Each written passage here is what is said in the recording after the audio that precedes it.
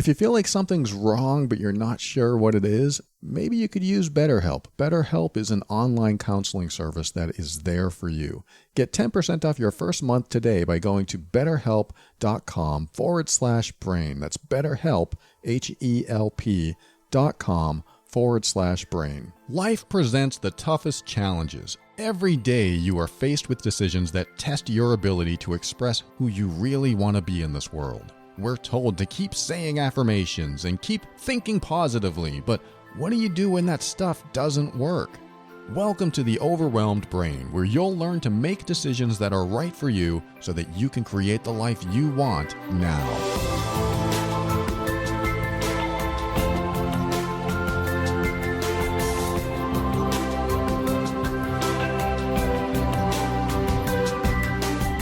Hello, welcome to the Overwhelmed Brain. My name is Paul Coliani, and I'm here to help you increase your emotional intelligence so that you can avoid dysfunction, handle toxic situations with grace and ease, and show up as your authentic self.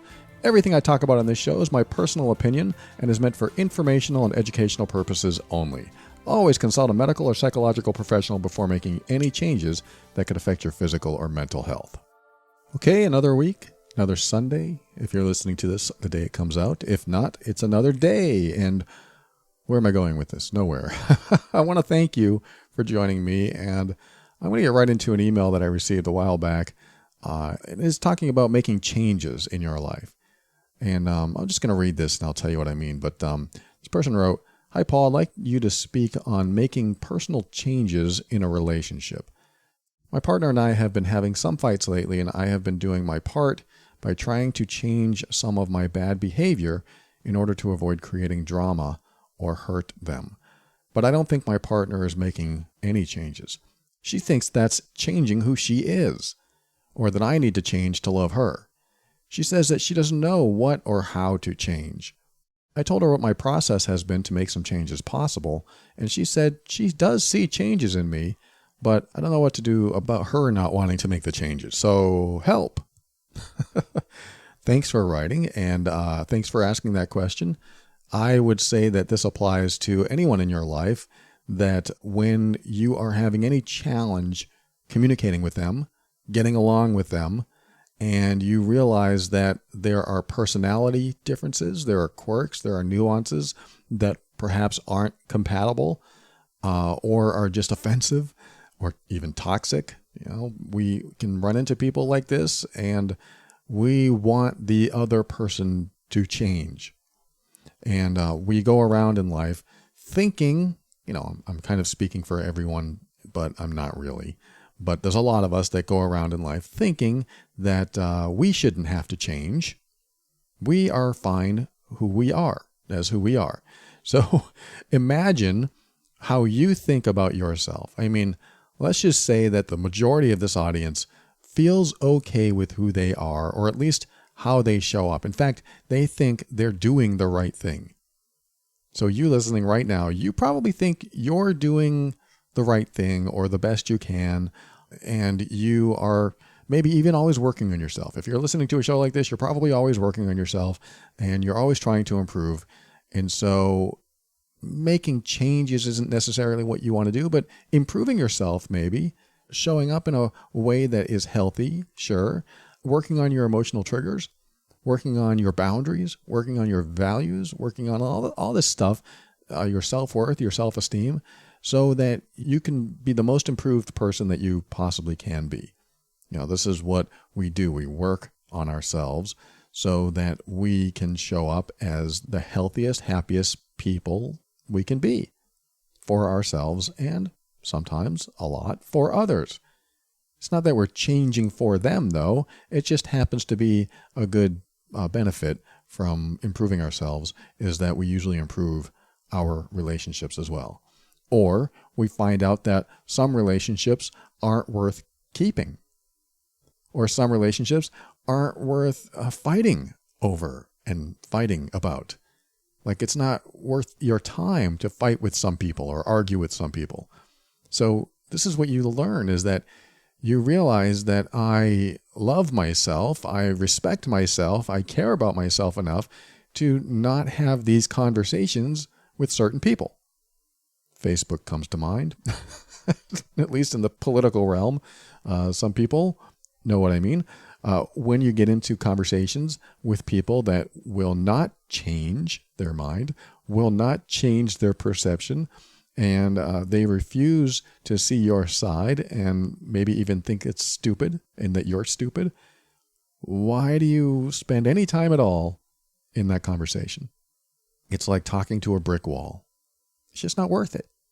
Doesn't mean they're a bad person. I don't know, but it's just not worth talking to people that don't want to hear your side, don't want to listen, aren't open and receptive.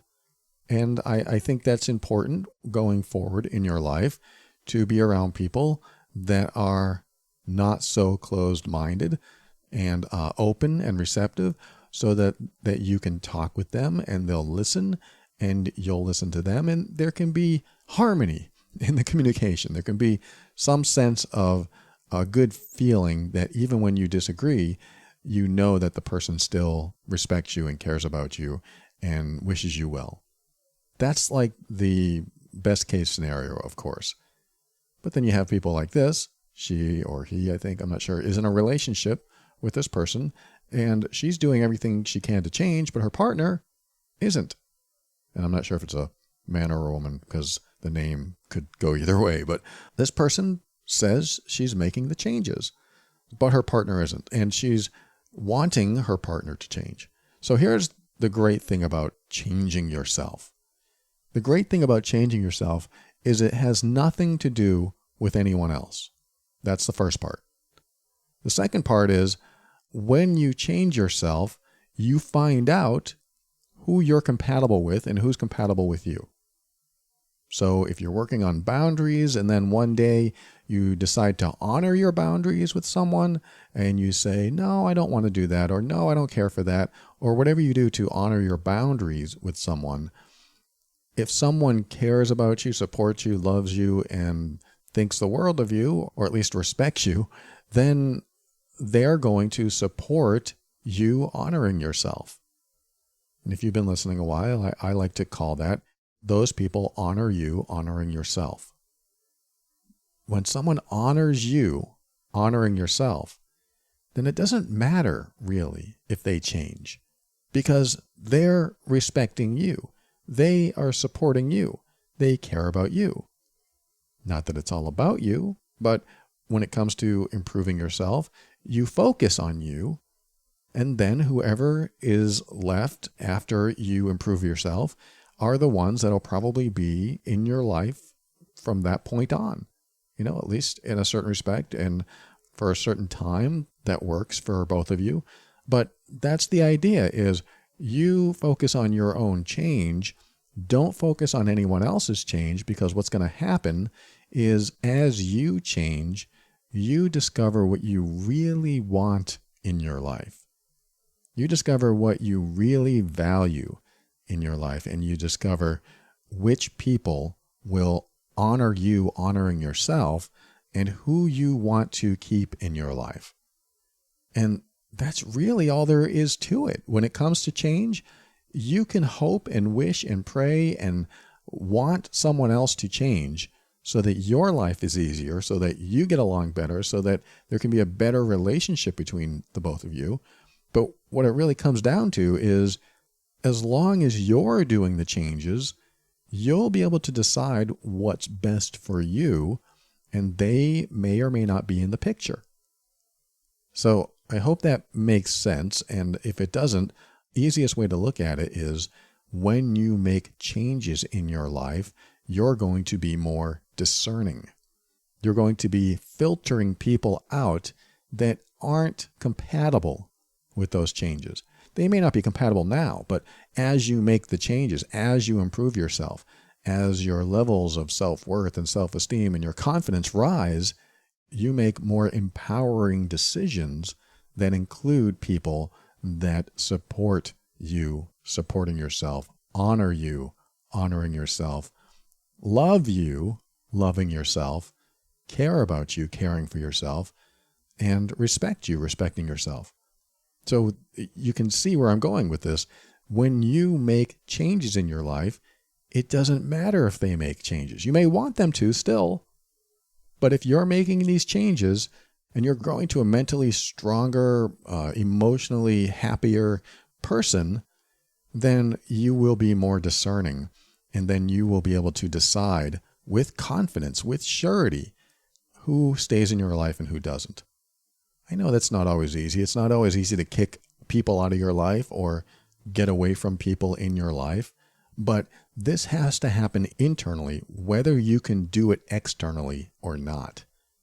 And what I mean by that is you can have people in your environment, in your world, in your house, at work, all these people that are around you and surrounding you, you can have them in your life and still have an internal knowing who's toxic and who's not, and who you can let in into that emotional wall, in through that emotional barrier that you have protecting your heart. And what I mean by that is there are some people that you can let in and be vulnerable with. You can feel safe with them. And then there are others that you can't. And it's good to be discerning about those people and who you choose to let in and who you choose not to. That's why the change really has to happen inside you. Because regardless if they change or not, as you improve yourself, it will matter less how they show up. And what I mean by that is somebody can be their plain old toxic self and show up in your life as a toxic person. And before you made changes, before you went through some healing and growing and learning and evolving, you probably couldn't handle their toxic ways, their behavior. There were probably things you couldn't handle about it. Even if you didn't visibly show it, you just kind of left with that crappy feeling in your stomach and wish you could have said something differently, or wish you could have stood up to them, or wish you could have just left. There's all these thoughts and feelings that you have when you deal with someone that could be considered toxic or unhealthy for you. And before you make changes, before you make improvements in your personal life, then it is very difficult to be able to handle the toxic person or the unhealthy person. But after you make the improvements, after you work on your boundaries and your self-worth and your self-esteem and your confidence, all of these things raise the level of resilience and increase your ability to be able to handle such behavior. And that's where the magic comes in. That's the golden ticket, is that when you are ready for the challenging people, the people are no longer challenging, at least in the way they used to be. They may become a challenge in a different way because the way they were challenging fed off of how you used to be. And that's an important concept to take away from this, because how you used to be might have been the person that didn't know how to handle things, that didn't know how to be resilient, that didn't know how to talk in the way they needed to talk, that to communicate a message that they wanted to communicate. That person was emotionally triggered. That person was not as prepared, didn't have the tools or the resources. But the new and improved you has those tools and has the resources. The new and improved you handles things differently. And, I like to use stories from my personal life. The very first time I stood up to my stepfather was a time that before then I never had. And I stood up to him when he knocked on my mom's door while I was over her house, and he wasn't allowed in. And I had to handle that. And I had never stood up to him before. So it was a very scary challenge. But at the same time, I like to look at challenges as those things that you are prepared for, you just have to do. Meaning the challenge comes your way for a reason. Meaning you have worked on yourself. You have worked on your boundaries. You have worked on your self-worth and your self-esteem. And now you can handle so many things. And then the most challenging toxic person comes along and becomes a test of your ability. And this test is going to be so scary. I mean, typically, this is what happened to me. It was so scary seeing this guy that was much shorter than me, much older than me, senior citizen. I knew I was stronger than him physically, but I felt like a small child. in front of him. So he shows up. I immediately turn into this small, scared child. And now I have to confront him, knowing everything I've learned about myself, about boundaries, about respecting myself, about standing as a man of integrity that even coaches other people in this stuff, facing one of my biggest fears that I didn't think I would ever face. But if I'm going to learn this stuff and I'm going to apply this stuff and I want to be the best I can possibly be, the most improved version of myself, I have to have the challenge. You have to have the challenge. The challenge has to come along so that you can prove that you can do it, and then the fear is gone. Because when you confront the challenge and when you do it, the fear diminishes because you did it. Because there's no more anticipation. You did it. That doesn't mean I'm looking forward to the next time I face him. It doesn't mean that at all. But the big hump has been crossed. I've gotten over that hump because the challenge was facing him, one of my biggest childhood fears, coming true, that I'm finally going to honor myself and not allow him in the house. I mean, saying no to someone that you let do anything they want all their life, it's very scary. If you've never done it, I don't wish that upon you, but if it comes to that, you may have to. You may have to, if that's what you're working on, if that's your challenge. It was mine because I was working on boundaries. And when that happened, the challenge came, I passed the challenge, and that little boy grew up. I felt like the man I should be in that moment. I felt strong. I felt powerful that I was able to do that. And I was still scared. I did it, and I was still scared. But I had to apply the changes I made. And this is coming back to this email. When you apply the changes that you want to make in your life, you have to make sure that the changes also include dealing with other people's stuff. So yes, it's all about you when you're making changes and improvements in your life, but other people's stuff come into the mix. And one of your changes may be the ability to handle those moments. And boundaries is a good one to work on. What are your boundaries? Boundaries are what you will and won't accept in your life. And, if you've never worked on that, or if you're having trouble working on that, just ask yourself in every situation that comes along, ask yourself the question, is this something I want to accept in my life? Or is this something I really don't want to accept in my life? Or even more adamant, I will not accept in my life. Because once you define what you will and won't accept in your life, you are defining your boundaries. And the scary part might be to honor those boundaries when confronted. Because now what? Now you're going to have to deal with someone else's stuff. So how do you deal with someone else's stuff? That's part of your self-growth. That's part of your self-improvement. Someone's stuff comes into your field, your space, and now you have to deal with it. How do I deal with this? That might be something you have to look at. Every time my mom says X, I get this way. I think this way. I feel this way. Every time my dad says Y, I feel this way. I think this way. Every time my brother says this. Every time my partner says this. Every time my coworker says this or does this, I feel X. I think Y. I want to Z, but I don't. Have other behavior. We have survival skills. We have coping mechanisms, and we let those kick in, which are usually what we've learned when we were younger. I'm going to let these old survival coping mechanisms kick in so that I don't have to apply my improved self. I want you to apply your improved self. I want you to love and respect yourself enough so that you don't allow this stuff into your life. I want you to be the person that is in a situation that is unacceptable to you and does something about it. Now, does that mean you have to do something about it all the time? No. I don't do something about every situation that comes my way. I'm not Superman. I can't do it. Every single situation is different. Every person is different. One might have more aggressive tendencies. One might be more violent.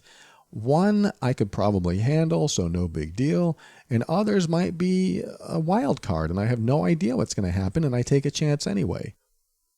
I think the idea, though, is to build up that mental and emotional strength inside of you by allowing yourself to confront your challenges and show yourself that you can do this. Because if you never do it, if you never take a step into a challenge, who do you stay? Now, you may love yourself the way you are, but I want you to really be clear if you are okay with who you stay as.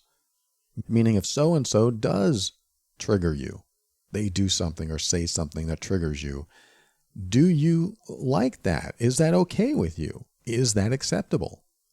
And if you say, yes, that is acceptable, then I'm okay with that because you're okay with that. And I think when you're okay with something because you say it's acceptable and I'll deal with it, it's no big deal, I would rather have me just brush that off and move on instead of having to deal with it because it turns into a big to-do and I don't want to deal with that. And that's fine with me and I don't have any negative feelings about it after it's done, then I'm all for it. You don't have to fight every battle. I just want you to be okay whether you fight it or not. If you can be okay not fighting the battle or fighting the battle, then that's perfectly fine. I mean, not that you need my permission to do any of this stuff, but I'm letting you decide for yourself. I mean, it's important for you to be okay with your own behavior. I want you to feel comfortable in your own skin. And if you hear me say something like, you need to confront that person and really tell them what you think, and that makes you uncomfortable, well, a lot of stuff that I say might make you uncomfortable because actually doing it can be scary. But if you're not ready for such a big leap, then I'm not saying don't ever do that kind of thing. I'm saying take smaller steps. And that might mean just honoring your boundaries in small ways so that you know you can do it, and then allow that snowball to get bigger and bigger as it rolls downhill. And the more you honor your boundaries, the more you honor yourself, the easier it becomes. And then you'll get the challenge. This is what I was talking about earlier. The challenge comes in the form of the hardest person to deal with. The challenge comes in the form of the hardest situations to deal with. And the challenge is always about facing yourself. Oh no, my toxic relative is coming over. How do I respond to this? How do I deal with this? Well, if you have that feeling in the first place, then it sounds like you have some work to do in you.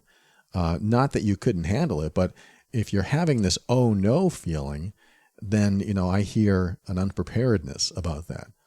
And I think working on yourself is a way to prepare yourself for these challenges. And when you prepare yourself for the challenge, then the challenge comes along, and now you at least have some semblance of what to do next. And I want you to be okay. Let me just back up a little bit. I want you to be okay when the challenge comes your way, to be okay that you don't know exactly what to do or what to say. Because I suffered with that all my life. I would think about, what am I going to say? What are the exact words I want to say? I'm going to rehearse this. I'm going to make sure that I know exactly what to say so when the time comes, I can recite this and it will be perfect and I will get my point across. That's a lot of stress. That will give you anxiety faster than anything. And then when the time comes and you try to recite what you memorized, you end up fumbling over your words, and then you're so stressed out or you're in fight or flight mode that you just forget everything that you said. And I mean, I went through that several times in my life and I hated it. I didn't want to deal with that, memorizing something. And then when they show up, I'm going to tell this person exactly the thing I memorized, and it never comes out and it never sounds natural, and it just doesn't work. I mean, maybe it works for you, but it never works for me. But I want to also let you know that it's not necessary to do that, because I was just telling a client this the other day. When you develop a philosophy or a big picture of what you really want in your life, what you really want for you, what your healthiest choices are, then what you need to do or say comes so naturally. It really does. Like, for example, my bigger picture, my philosophy is that I love and respect myself enough so that if someone comes along and disrespects me or causes me to feel bad or guilty for no reason. They cause emotional harm of some sort, that I will feel it and tell myself, hey, this isn't cool. And when I tell myself this isn't cool, I will come up with the right words to make sure it doesn't happen again. Those words could be, hey, look, what you just said was very offensive and disrespectful. I don't appreciate that. I might say that. It's confrontational. It could be. And it might surprise the other person. And at the same time, it might let them know that it was wrong and they didn't realize it. And they say, oh my God, I'm so sorry, which is great. Then we can move on from that. But if I didn't say anything, they would never know it was wrong or bad. But I might say that. And at the same time, when I tell myself, hey, this doesn't feel right, I might instead have a mental note inside. I may not say anything. I might put a mental note inside my head that reads, this person is harmful. So I would make a check mark there. This person's harmful.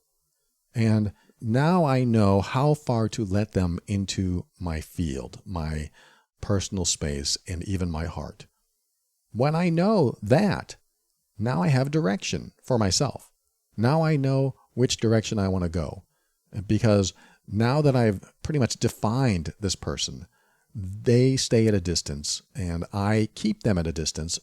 This is all mentally, maybe even physically, but I keep them at a distance and it makes me feel better. And then if they continue to be intrusive or violating in any way, then I remember my big picture, my philosophy is to honor myself and only be around people that honor me honoring myself. So if I'm becoming dishonored, my philosophy kicks in. And once you have an ongoing philosophy that you carry around with you, then it's a lot easier to speak from that philosophy instead of from a place of unsuredness. I don't know if that's a word, in lack of confidence, in doubt in yourself. Because that's one of the things that creates your philosophy is starting to trust yourself and starting to trust that when you set boundaries and know what's right for you and know what's not right for you, and you respect those boundaries and you expect other people to respect those boundaries, you start writing out your philosophy. It just becomes the natural way of being. And then you follow that philosophy. So when I go back home and see my family, and then suddenly my toxic stepfather walks in the door, he's got a mental note in my brain that says, here's someone that's harmful. I'm going to keep him at a distance. I'm not going to cause any trouble. I'm not going to say, hey, you need to get out of here. I'm not going to be that guy because it'll be too much drama. I don't want to, start that drama. I'm just going to have that mental note come up. That's part of my philosophy. Harmful person. And this person, if he gets too intrusive, then I will step up because my philosophy is I respect myself, so I expect to be respected. I honor myself, so I expect to be honored. And if that doesn't happen, he violates that, then it's easy to stand up, or easier to stand up for myself and say, whoa, you're being harmful. I probably wouldn't say it like that, but that's what I'm feeling and thinking. This person's being harmful. So it's a lot easier to speak from that place instead of, oh crap, I hope he doesn't ask me for money. Oh crap, I hope he doesn't say anything terrible, or I hope he doesn't mistreat me. Or it's all that fear thought. If I'm in that space of, oh no, what do I do if he does this? Then I'm going to be anxious. I'm going to feel stressed. I'm telling you, if you don't want to feel stress and anxiety, have a bigger picture for yourself. Have this philosophy that you carry around and say, this is what I'll accept. This is what I won't accept. These are my mental notes. And it doesn't matter what situation I run into, my foundation is my philosophy. My status quo is in this space. And whatever space that is for you might be different than me. I'm all about boundaries and values and being authentic and self-love and self-compassion and self-care and self-respect. And I'm all about that. And hopefully you have some or most of that as well, but yours may be different than mine. But for me, I think about all the challenges I've had in my life and how I responded to those challenges. And if I didn't like how I responded or didn't respond, that's what I work on.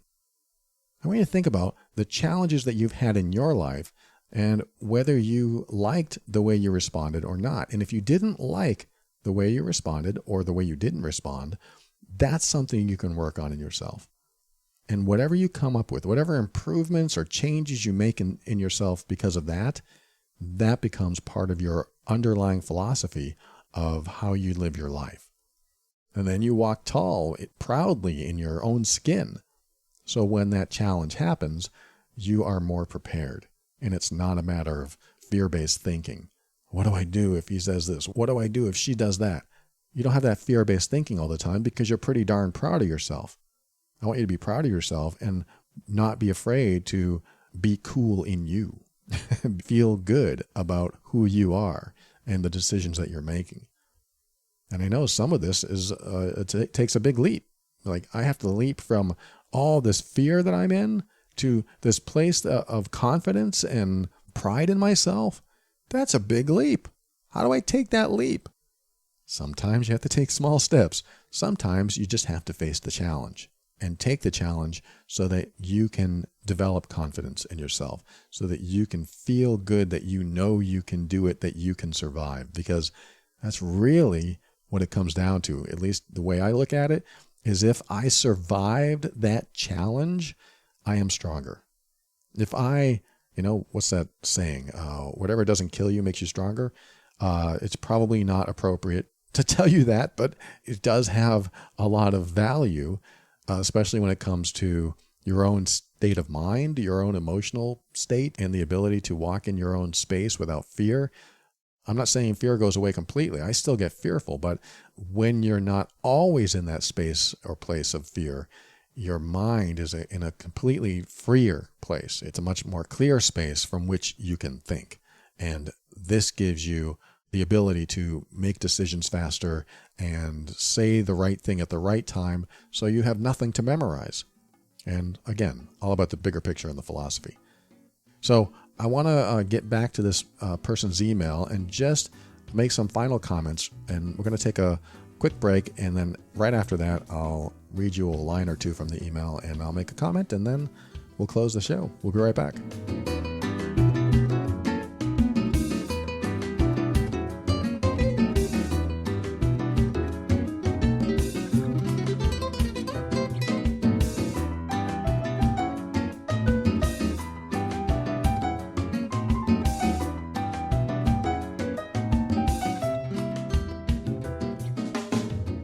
Of all the emails that I get a lot of emails that talk about challenges in your life. There's a lot of challenges in life.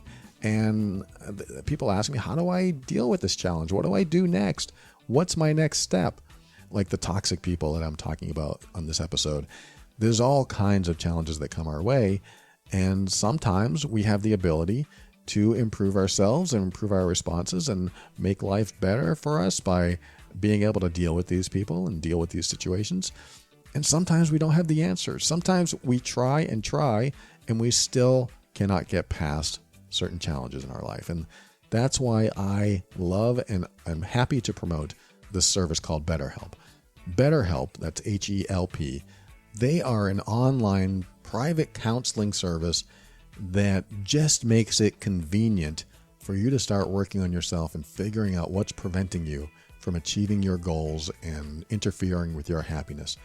It's not a self-help route. It's actually professional counseling. They are there to proverbially hold your hand, get you through whatever situation you're in, and they show up when you need them. You can start communicating with them in under 24 hours. And having tried out the service to make sure it was a good service for you, because I vet everything. If it's a supplement, I'm trying it. If it's an online service, I'm trying it before I tell you about it, because I want to make sure that they're worth it for you. I want to make sure that it's quality for you. And if it is, then I'm happy to promote what I've tried to make sure that it's going to be something that works for you. And I am very impressed. The 2 or 3 people that I talked to in the service, the counselors that I talked to, were very accommodating, very helpful, and always friendly, and I really appreciated what they had to offer. So I'm here telling you about BetterHelp. They are committed to giving you an affordable online counseling experience, and that includes email, video chat, phone call, anything you need that is part of the virtual world, that especially now that we're living in this world where we have to practice social distancing and all that, this could be the perfect place for you to be able to get something off your chest or talk about your stress or your anxiety or your relationships, or maybe you're having family conflicts or you're experiencing grief or you're working on your self-esteem, and they even deal with LGBT matters, and everything you share is confidential. And it really is more affordable than traditional offline counseling. And bonus, financial aid is available. I can't even offer that for my own coaching services. So this is something that might be a perfect solution for you. I encourage you to check it out. Head over to betterhelp.com/brain. Make sure you spell help, HELP. That's betterhelp.com/brain. And you'll get 10% off your first month. And I got to tell you, there are hundreds of thousands of people using this service and taking charge of their mental health. So I want you to be in charge of your mental and emotional state. And I think this is a great way to do it. betterhelp.com/brain.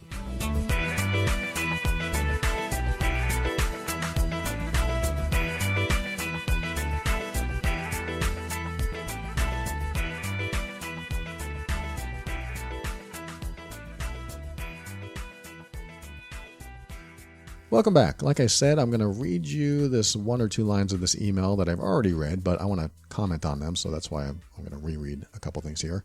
This person said that, I'm changing, but my partner isn't making any changes, and my partner doesn't even know how or what to change. And so I wanted to comment on that specific sentence. If someone in your life says, I don't know what or how to change, here's how I approach that. I look at how they treat me. So they may be doing something that I don't like, but how are they treating me? Because that's really where change is requested from someone else. Like if you and I were in a room and you started poking me in the head with your finger, I would strongly request that you stop poking me with your finger. And if you didn't stop, I would demand that you stop. And if you didn't stop, I would make you stop. Or I would walk away. If I couldn't make you stop because you're much bigger and stronger, or you're just relentless, I would just walk away. I would just get away from there. So here I am asking you to make a change. And if you can't make that change, I walk away. Or I somehow find a way to stop it. But, bottom line, if you won't stop, I walk away. And I think that's a great general philosophy to have. Add that to your philosophical thought process as you go through life. At the same time, what if the other person doesn't want to change? Well, this is where you have to analyze yourself and ask yourself if you are going to continue accepting their behavior. So in this case, she writes, she doesn't know how or what to change. If I were this person and my partner didn't know how or what to change, it would be easy for me to say, when you do this to me, or when you do this, it makes me feel bad. It makes me feel disrespected. It makes me feel something. So when you do that, this is how I feel. Now, that doesn't mean I'm telling that person to change. In fact, I'm empowering them with the choice to change. When you're with someone that keeps doing something that you don't like, you can say, when you do that, this is how I feel. And they can say, too bad. Hopefully they don't, but if they do, they have a right to. You may not like it, but they do have a right to say that. But, let's hope that they have a conversation about it. What if they say, well, that's who I am. That's how I do things. That is me. I don't want to change, like the person said in the letter. I don't want to change. This is who I am. I don't think I should change myself. The empowered response to that is, that's fine. That's an empowering response. There's more to it, but that's fine. I get it. You don't want to change yourself. But when you do that, it makes me feel this way. So if you're not going to change, then I can't be around. I know I make this sound simple. I know there are people that have listened and heard me say this before, and they're like, yeah, Paul, that's easy to say, but to do it, well, this is something I'm just planting a seed in your head, and hopefully it'll blossom one day and you'll realize, oh, I can do this. I know I can do this. But it really does come down to when you are making changes in yourself, it really is about you. And if someone else doesn't make the changes and their inability or choice not to change affects you in a negative way, you really only have like one or two places to go with that. One, you can accept that they won't change and be okay with it. Like if you don't want your partner to bring the barbecue grill inside the living room. Hopefully they never do, but let's just say they did. And that's how they cook steak because they don't want to be outside. They don't want to be in the cold. They don't want to be in the rain. So they bring the barbecue grill inside the living room and the house fills with smoke. It's a quirky example, probably never happens, but let's just say they did that kind of behavior and you didn't like it. And they said, well, I love it. I love when all my clothes smell like barbecue. I love when I sit on the couch and it smells like barbecue. And I don't care. I don't want to change that. I feel more comfortable doing barbecue in the house. And what your response can be is, that's fine. You can absolutely do that, but I can't be around you anymore. I can't live in this house with someone who likes to smoke it up with a barbecue grill. I can't do it. I won't be able to handle that in my life. It's not something I can accept. I can't breathe. It always stinks. I don't want my clothes to stink like that. On and on. So this is you honoring yourself, saying, this is what I will and won't accept. That's your philosophy. Their philosophy might be different. I don't care. I like to barbecue grill in the house. I open the windows. Isn't that good enough? And that's who they are, and they don't want to change. That's fine. You can be that way, but I have to be this way. I have to honor myself. I'm sorry. When you do that, it makes me feel like you don't respect my wishes. You don't respect my need to breathe. You don't respect the way I care about this house and how it smells and my clothes and how they smell. It seems like you just don't care how I feel about it. So that's fine. And I won't be able to live here anymore. Now, that might be an extreme ultimatum sounding thing, but if you can get into this space inside you, then when they aren't willing to change, you can have a that's fine moment. That's fine. You can be that way. I don't want to change you. I don't want you to have to change and then you resent it and then blame me later for you making a change that you didn't want to make, but you did so because you felt like you had to because of me. I don't want that to happen. You don't want that to happen, really. You want people to change because they want to. This is why it's vital to empower them with the choice to change. So the person who wrote, she says, my partner doesn't want to change. She thinks it's changing who she is, like maybe at the deepest level or something. I don't know. Or that I should change to love her the way she is. Well, part of that is right. If her partner says, you know what, you need to change to love me the way I am, I don't really disagree with that. That's the part of acceptance. It doesn't have to be that way, but there's a person in this relationship that says, I like who I am. There's nothing I want to change about myself. And you either love me the way I am or you don't. That's pretty cut and dry. If you have a conversation like that and somebody says that to you, it makes your life a lot easier. It may not be easy to deal with. I mean, there's going to be some emotional turmoil there or pain, but it does make life easier to deal with if somebody says, this is who I am. I'm not going to change. Oh, well, now that I know that, that's perfect. That gives me enough information to come back to myself and ask myself if this is something I'll accept or I won't accept. And if you choose to accept it, you can't give them any grief about it.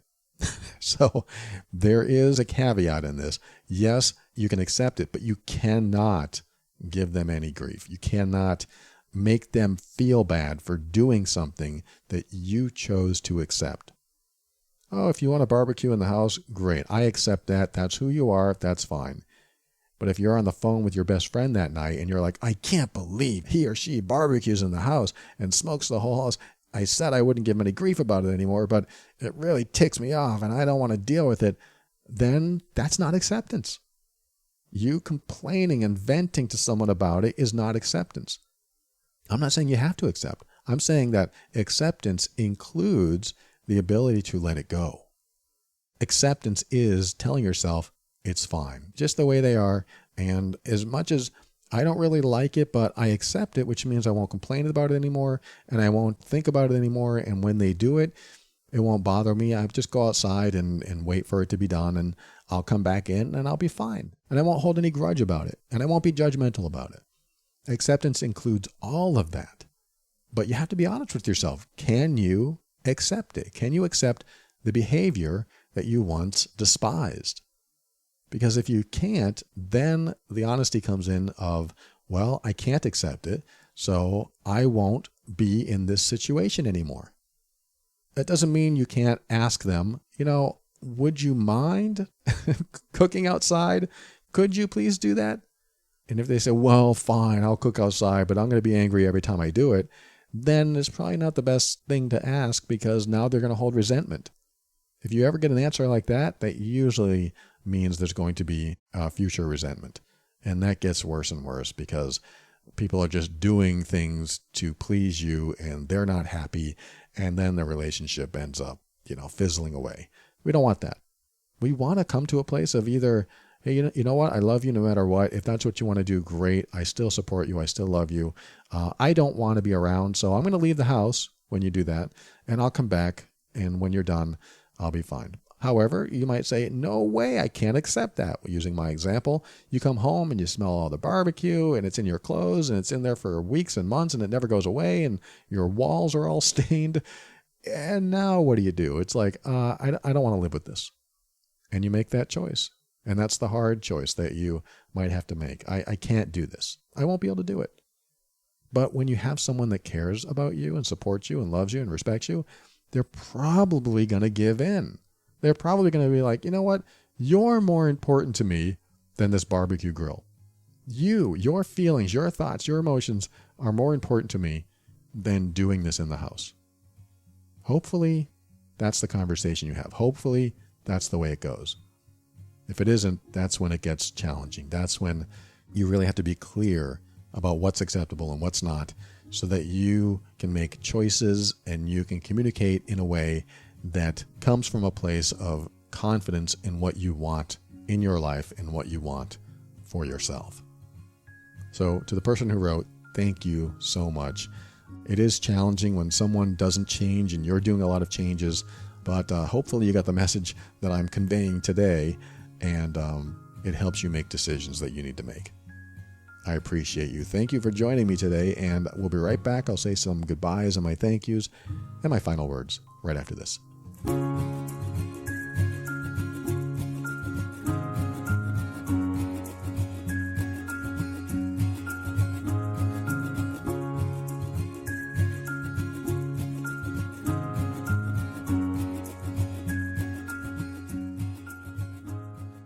Thank you for listening to another episode of The Overwhelmed Brain. I want to remind you to head over to betterhelp.com/brain and get 10% off your first month of a really terrific online counseling service.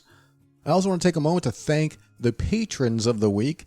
They are monthly supporters of this show, and I read different ones every week. And this week it's Clarissa, John, Lori, Bradley, Scott, Chris, Kelly. Oh, Kelly still... Wow, you've been on there for a long time. Thank you, Kelly. Holly and Jesse. Jesse is a yearly contributor, so I appreciate you, Jesse. Thank you. I appreciate all of you. Jennifer, Jamie, Janet, Angel. Angel, you just joined today. Thank you so much for your support. Angel and everyone else, all patrons. If you haven't heard your name yet, you will as time goes on. I just have to read a certain number of names per week, but thank you, existing patron members. And if you are getting value from this show and you want to contribute and show your support, you can do so over at patron.theoverwhelmedbrain.com. and you can subscribe monthly or give a one-time donation, totally up to you.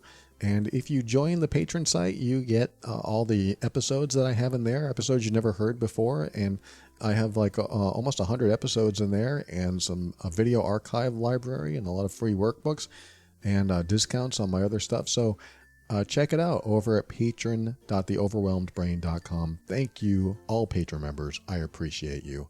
And I want to remind you of the Love and Abuse podcast over at loveandabuse.com. If you're in a difficult relationship, if you are experiencing emotional abuse, or you don't know what you're experiencing and you think it might be emotional abuse, but you don't like to use the word abuse, and you might want to check that out. I just recorded my 50th episode over there. It's been on for about a year. There's a whole backlog of episodes and information in there when it comes to dealing with toxic, controlling, or manipulative people. I highly, highly recommend it. It may be just what you're looking for. Even if you are not in a relationship, it can be very helpful to understand how to respond, react, deal with, communicate with those types of people in all walks of life. Check it out at loveandabuse.com. I want to thank Jack. Jack wrote and said, I just wanted to reach out and say thanks for the work you do with the podcast.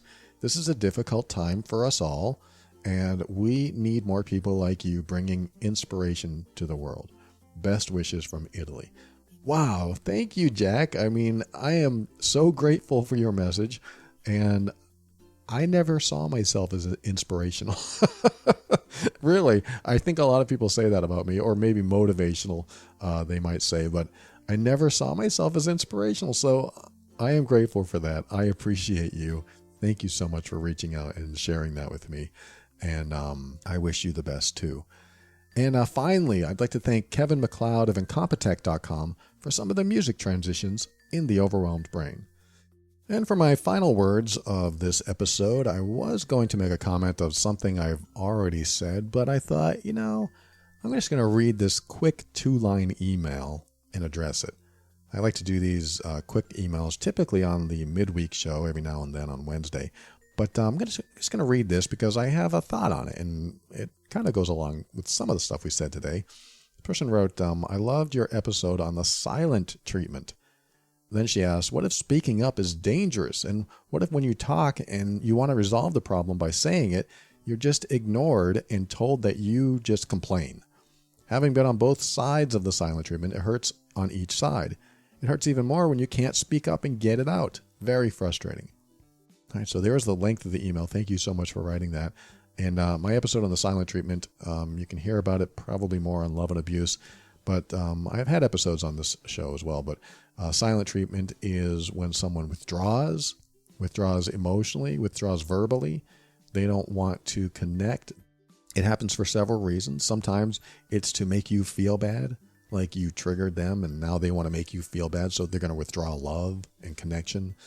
Or they just need to process. They need silence to stay away from you so they're not further triggered and they want to continue processing it.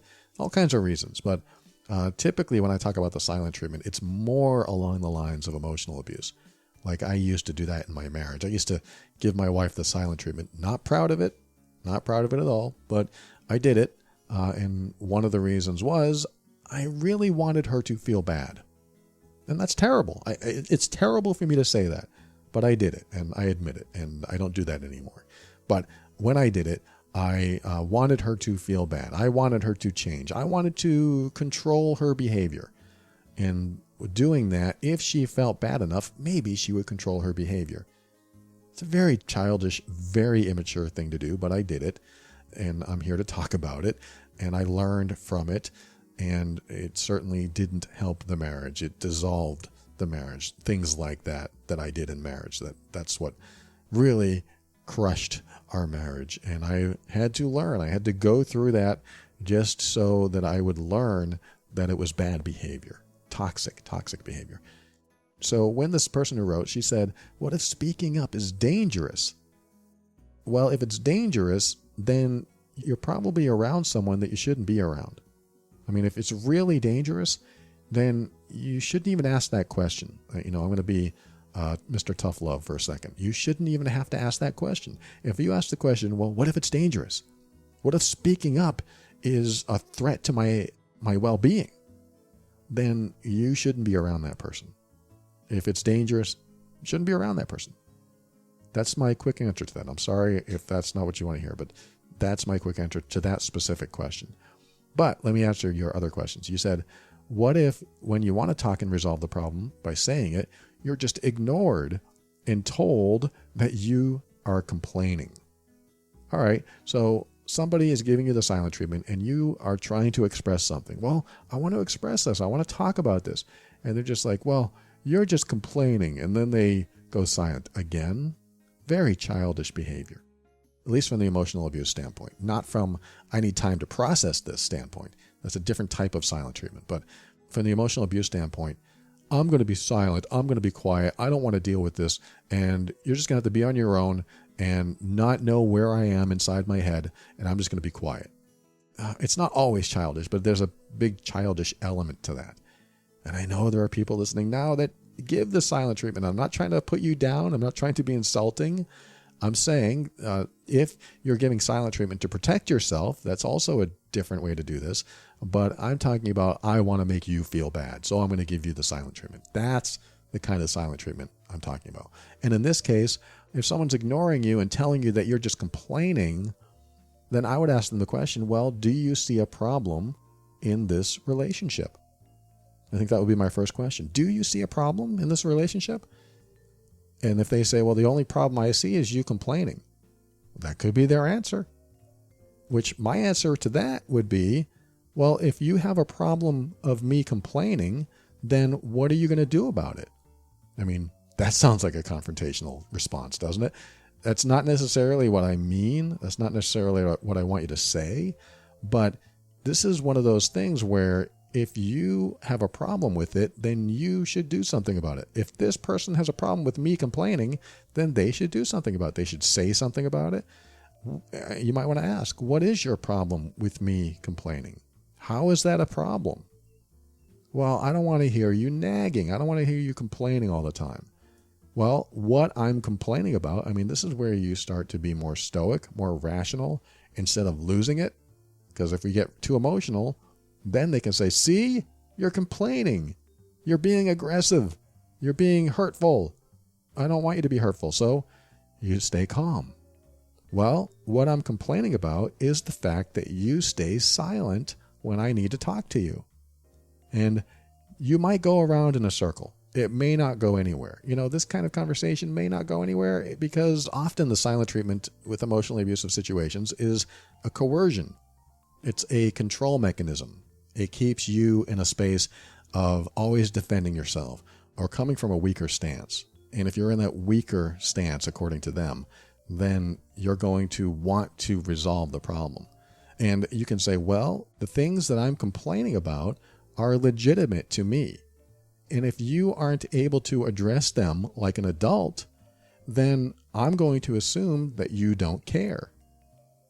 I mean, the kinds of responses that you want to give to someone that says, all you do is complain, I believe have to be very grounded in adult reasoning.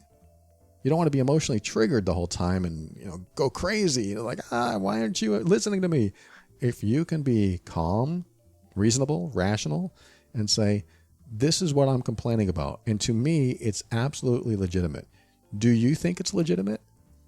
And ask them. And they may say no. No, of course, it's just complaining. Oh, you're always complaining. You're always complaining. That's usually what happens. They'll just make it big picture and say, oh, you always do this. Well, I'm complaining about this very specific thing. We'll use your words. I'm complaining. I'm complaining about this very specific thing. Let's talk about this thing. What do you think about it? And they go, I don't want to talk about it. So now they're going back into the silent treatment. They're stonewalling you. So now you can say, okay, you don't want to talk about it? Then when would you like to talk about it? Because that's the important question. This is pretty much covering the rest of her email. She said, it hurts when you can't speak out and get it out. It's very frustrating. And, if you're always being ignored and you're always told that you're complaining and you can never express yourself and never have a conversation about it, then I think a time has to be established, because doing it in the moment when someone is doing the silent treatment or someone is emotionally triggered, very, very hard to express yourself and have a conversation. So you ask, well, when would you like to talk about this? I don't ever want to talk about it. You're always complaining. Well, if you don't ever want to talk about it, then we're never going to get past it, and it will always be a problem in the relationship. I mean, you can hear my responses. They come from a very mature perspective. Well, if you don't want to talk about it, then it stays a problem. So do you want to resolve our problems together, or would you like me to, quote, complain about it more? I mean, if you come at this very logically, very rationally, very reasonably, it's going to be harder and harder for someone to avoid, because that's what it sounds like he's doing. I want to avoid the things you're complaining about so I don't have to change. That happens a lot. That's when the silent treatment is used to control, to manipulate, so that people can get their way. And if that's what's happening, you'll never get through to them. And it's at that point where you have to dig into your own philosophy about life, philosophy about relationships, and ask yourself, is this something I want in my relationship? Because I need to hard code it into me right now. Do I want somebody who just goes silent and won't have a conversation? If my answer is no, that becomes something that's not acceptable to me, and I won't allow it in my life. So no matter who does that, I'm going to let them know that's not acceptable. I won't allow that in my life. If you don't ever want to have a conversation about this, and you can't pick a day and time that we can talk about it, or we can't talk about it because you go silent every time we do, that's not acceptable to me. I need to talk about it. If you don't like it, that's something you have to deal with. But this is how I live my life. I actually like to have conversations with people. I like communication. If you don't, what's the words? That's fine. That's okay. You can be who you are, but I just don't want that in my life. So when you're ready to talk, great. But if you don't want to talk about it, then I don't want to be with someone who doesn't want to have a conversation with me. There's so much more to this. We could talk about it for another hour, but that's my quick response to that email, and I hope that helps. Thank you to the person who wrote. And no matter what, no matter which direction you go in life, no matter what your philosophy is, what your values are, what your boundaries are, always keep an open mind. This allows you to step into your power so that you can create the life you want. Always take steps to grow and evolve. You are powerful beyond measure. And above all, and this is something I absolutely know to be true about you, you are amazing.